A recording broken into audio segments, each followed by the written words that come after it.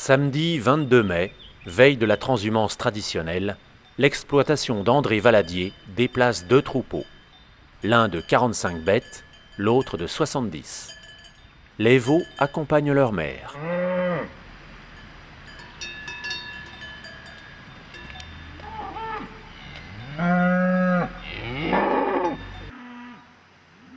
Cette transhumance est l'occasion pour les amis de la famille de faire une superbe balade avec les professionnels.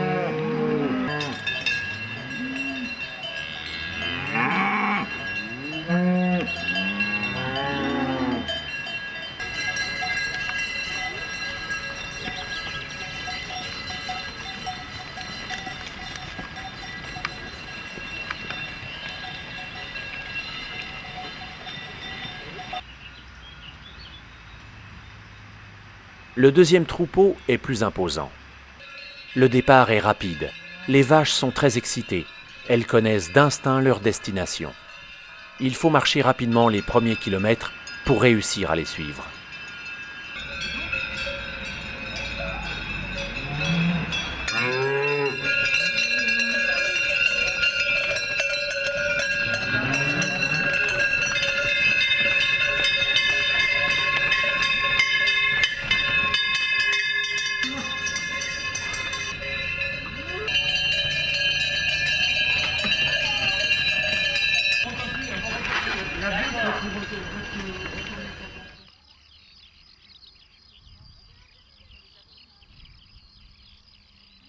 Elles arrivent sur les premiers plateaux.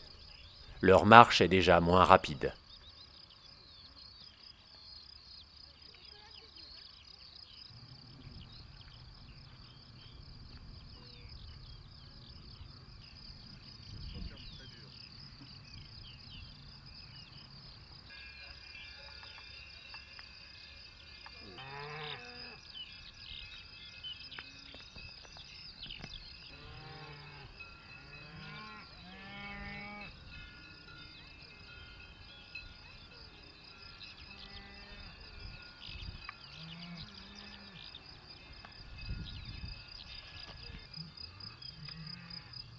Le long du chemin, des congénères ne manquent pas de les saluer.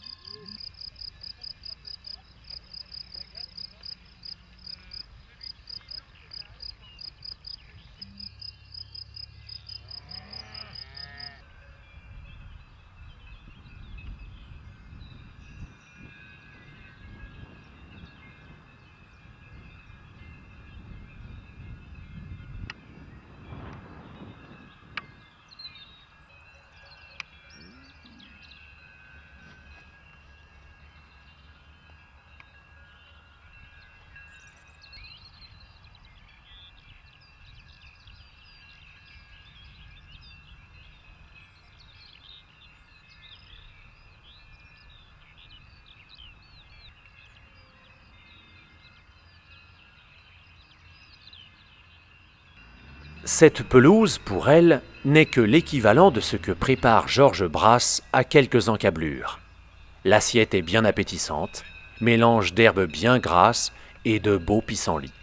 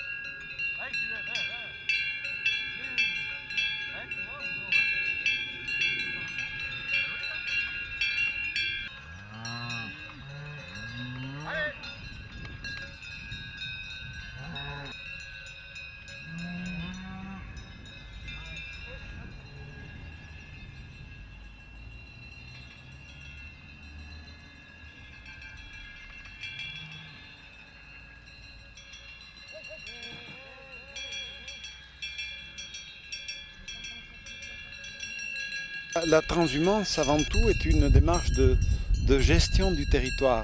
Nous sommes ici à 1250 mètres d'altitude. Vous voyez, on est au début de la pousse de l'herbe. Au début de la pousse de l'herbe. La ferme est à 900 mètres d'altitude et depuis des temps immémoriaux, on peut dire depuis le XIIe, XIIIe siècle, ce mouvement d'une zone basse vers une zone plus haute, et ce n'était pas le seul fait de l'Aubrac, c'est vrai pour toutes les régions de montagne, ont vu ainsi des déplacements de troupeaux. Déplacements de troupeaux, et c'est une phase bien sûr qui montre que le troupeau est pris en charge strictement par la nature. Elles n'ont comme apport que l'herbe qui leur pousse sous les pieds, de l'eau. Il y a beaucoup de sources sur l'Aubrac, elles ont de l'eau. Et elles vont passer là 4 mois et demi jusqu'à ce qu'on appelle les premières neiges. Pendant plusieurs siècles, cette pratique allait de pair avec la transformation fromagère qui avait lieu sur place. Vous avez vu le buron qui subsiste, il y en avait 300 sur l'Aubrac. Ici, c'était quand même un travail assez intense.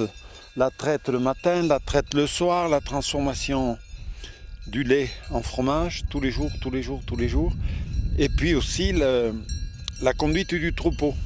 Là, aujourd'hui, vous voyez, on les laisse en vrac. Et avant, tous les jours, leur était prédestiné un espace. On ne devait pas souiller toute la parcelle. Ce qu'on appelle le pâturage rationné.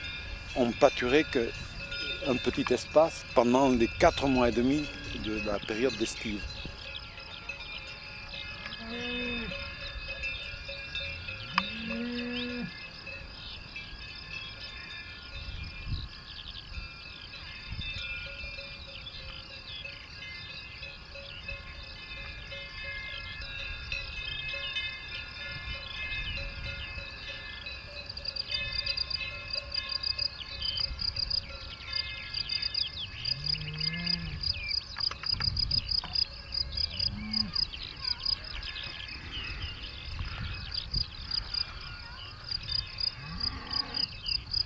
Le travail en estive, c'est vrai, n'est pas très important, c'est juste de la surveillance, mais par contre, ça nous permet de consacrer tout notre temps autour des bâtiments de l'exploitation qui est en fait dans la vallée.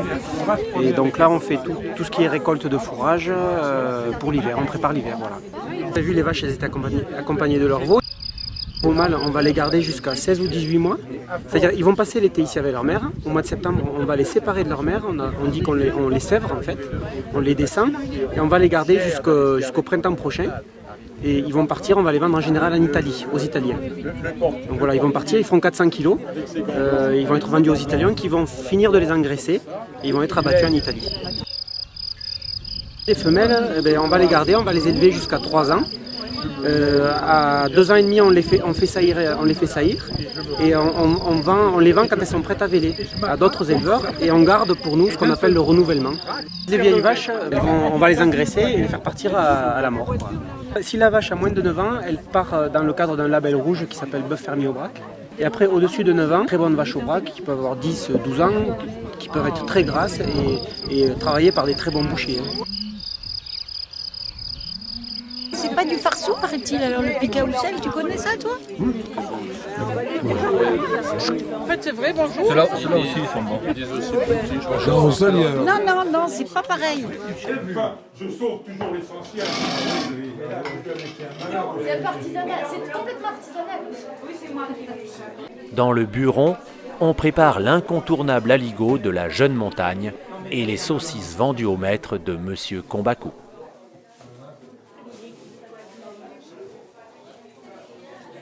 Qui n'était pas très loin d'ici, oui, qui est décédée maintenant, Germaine, qui expliquait que l'aligot était tellement lié à son terroir qu'elle ne pouvait pas le décrocher. Elle ne pouvait pas le décrocher.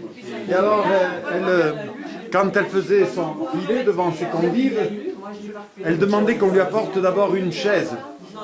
Elle disait, voyez, je monte sur la chaise, il n'y a rien à faire. Et puis elle montait ensuite sur la table. Elle montait carrément sur la table. Et là, il y avait tout un scénario qui était préparé. Une de ses assistantes apportait un coussin de velours rouge sur lequel étaient posés des ciseaux dont elle disait qu'ils étaient en or, mais ils étaient dorés. C'est tout. Et puis elle coupait le fil. Elle coupait le fil. On ne peut pas, le jour de la transhumance, quitter cet espace Buron, sans vous chanter l'hymne de l'Ouac, le Mazuc. Alors, le Mazuc est chanté en occitan, c'est 4-5 couplets qui traduisent exactement ce qu'était la vie des hommes qui, comme nous aujourd'hui, avaient accompagné le troupeau. Mais une différence avec nous, c'est que ce soir on va rentrer, eux rester là. Amun, amun, sur la montagne, ogni decada passerà, di l'erba spessa e la insonna, trovare un traço d'ossar. Lo canta l'estro dell'Ier, oh mai lo pastre, i posso de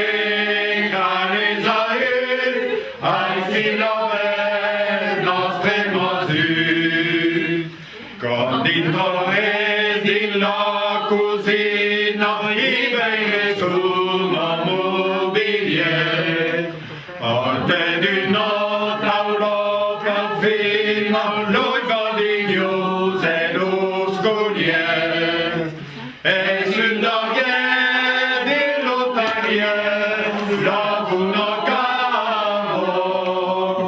Dilla fresco e dillo che ganno la forma del Mazuc. E tutto il mondo l'ha trovato, ora del fepe e belle luz, che du plegad in soffresa